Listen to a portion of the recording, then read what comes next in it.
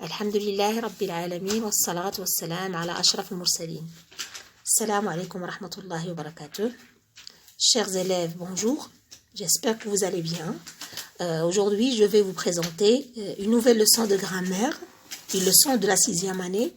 Donc, cette leçon-là s'intitule « La phrase impérative ». Donc, elle fait partie de l'unité 5. Donc, aujourd'hui, on va voir ce que veut dire la phrase impérative. D'accord. On va commencer par lire les 4 phrases que nous avons sur le livre. La phrase A. Empruntez le passage pour piétons quand vous traversez. Phrase B. Respectant le code de la route. La phrase C. Ne traversez pas quand le feu est vert. La phrase D. Arrête de jouer au ballon dans la rue, tu risques de te faire écraser. D'accord. Donc, vous avez les 4 phrases. Donc, on va bien les observer. Regardez par quoi se termine chacune de ces phrases-là. La phrase A, empruntez le passage pour piétons quand vous traversez, se termine par un point. La phrase B, respectant le code de la route, elle se termine par quoi? Donc, elle se termine par un point d'exclamation. Phrase C. Ne traversez pas quand le feu est vert. La phrase se termine par un point d'exclamation aussi. Et la dernière phrase D. Arrête de jouer au ballon dans la rue. Tu risques de te faire écraser.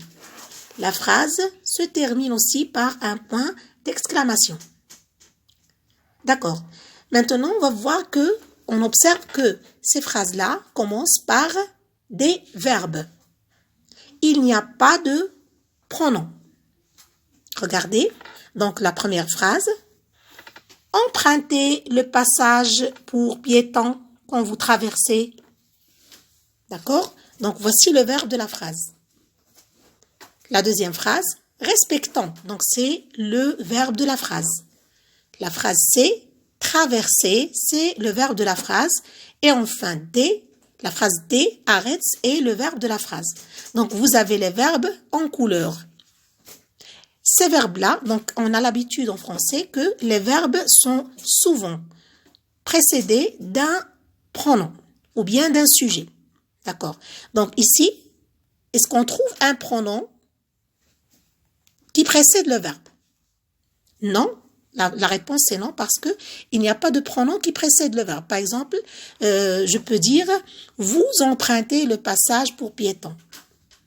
Alors là, donc, la phrase elle commence par vous. Alors que la phrase que nous avons ici ne commence pas par un pronom et le verbe n'est pas précédé d'un pronom. Il n'y a pas de pronom. Donc, vous avez emprunté, respectant, ne traversez pas, arrête. D'accord. Il n'y a pas de pronom dans ces phrases-là. Supposons que je veux mettre devant des verbes, ces verbes-là, je veux mettre des pronoms. Donc, pour le verbe emprunter, quel est le pronom que je vais ajouter? C'est vous. Respectant, c'est nous. Traverser, c'est vous aussi. Arrête, c'est tu. D'accord? Donc, ces phrases-là ne commencent pas par des pronoms. Les verbes donc, sont au début. Ils ne sont pas précédés de pronoms. D'accord. Maintenant, les pronoms qu'on peut utiliser, ce sont vous, nous et tu. Donc, je ne trouve pas donc, les autres pronoms personnels qu'on connaît. Le je, il, elle, etc. Donc, il n'y a que tu, nous et vous. D'accord. Maintenant, ces phrases-là ont un point commun. C'est que elles expriment tous soit un ordre, soit un conseil, soit une interdiction. Le verbe de chaque phrase est conjugué à l'impératif. Il est conjugué à l'impératif. On les appelle alors, ce sont des phrases impératives. Ce sont des phrases impératives. Donc, les phrases impératives commencent par un verbe à l'impératif. Elle exprime soit un ordre, soit un conseil ou bien une interdiction. Par exemple, si je lis la première phrase, empruntez le passage pour piétons quand vous traversez. Donc c'est quoi ça? La phrase se termine par un point. Cette phrase-là exprime un conseil. Donc je donne un conseil à quelqu'un. Je lui dis empruntez, donc je leur dis plutôt parce qu'il s'agit du pluriel ici, empruntez le passage pour piétons quand vous traversez. Par exemple, cette phrase-là peut être dite soit d'un professeur à ses élèves, soit d'un père à ses enfants, etc. La deuxième phrase, respectons le code de la route. Et la quatrième phrase, arrête de jouer au ballon dans la rue, tu risques de te faire écraser.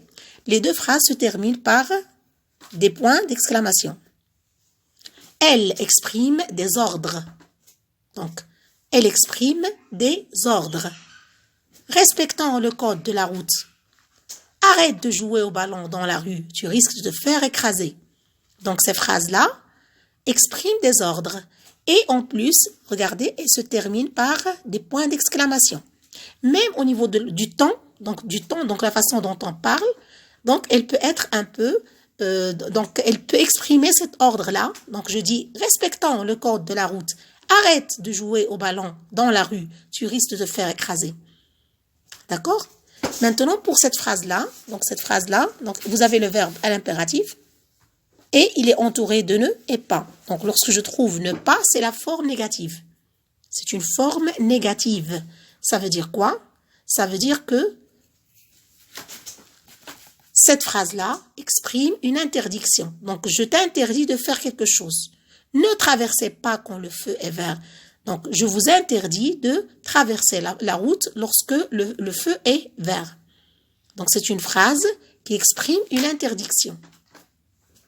D'accord. Donc, en général, qu'est-ce qu'on peut retenir? C'est que la phrase impérative exprime un ordre ou un conseil. À la forme négative, comme celle-ci, elle exprime une interdiction. La phrase impérative est souvent construite autour d'un verbe à l'impératif. Donc, le verbe de la phrase impérative est conjugué à l'impératif. La phrase impérative se termine par un point, comme la première phrase que vous avez, ou bien par un point d'exclamation, comme les trois dernières phrases. Donc, c'est facile de retenir tout cela. Donc, voici des phrases impératives. La première exprime un conseil et se termine par le point. La deuxième et la quatrième phrase expriment des ordres, donc elle se termine par le point d'exclamation. La phrase, ou bien la troisième phrase, qui contient cette forme négative, exprime une interdiction. Donc, pour exprimer l'interdiction, je dois avoir une forme négative comme celle-ci. Ne pas, ou bien ne jamais, ou bien ne personne, etc. Bien sûr, qui entoure un verbe conjugué à l'impératif.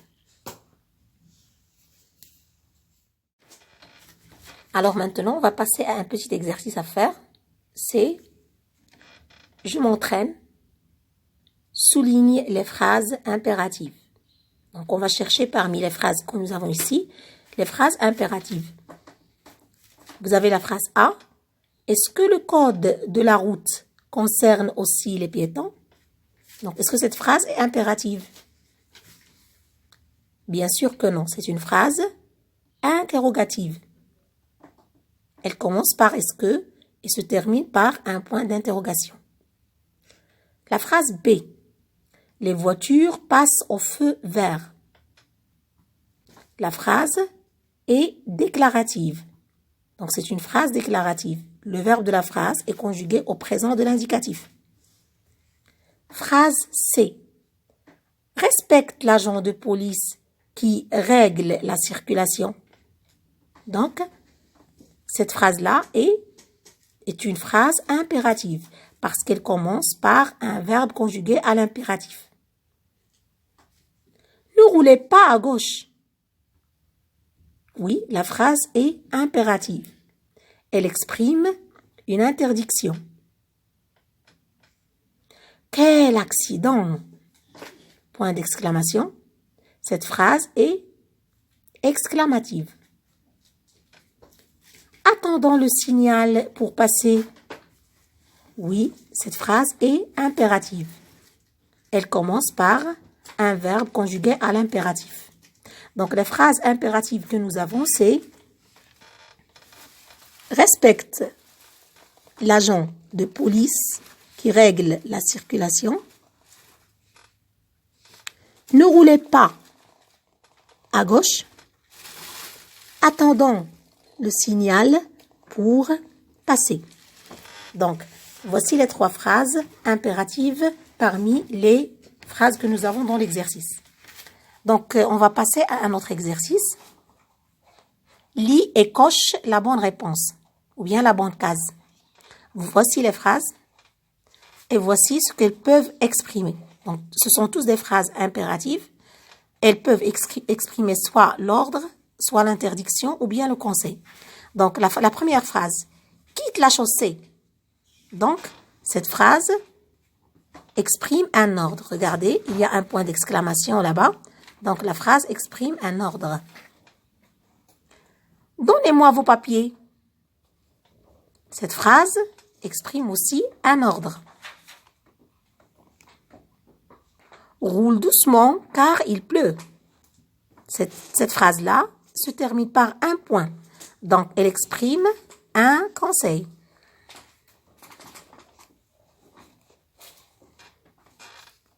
Ne passe pas, le feu est vert. Regardez, voici la forme négative ici. Donc, cette phrase exprime une interdiction. Enfin, soyons prudents. La phrase se termine par une phrase impérative qui se termine par un point. Donc, c'est une phrase qui exprime un conseil.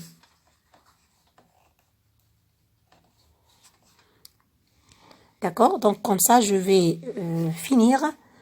J'espère que la leçon est claire. Et j'espère vous rencontrer une autre fois, Inch'Allah, dans une autre leçon de français ou bien de mathématiques, Inch'Allah. Et passez une excellente journée et à bientôt. Salam alaikum wa rahmatullahi wa barakatuh.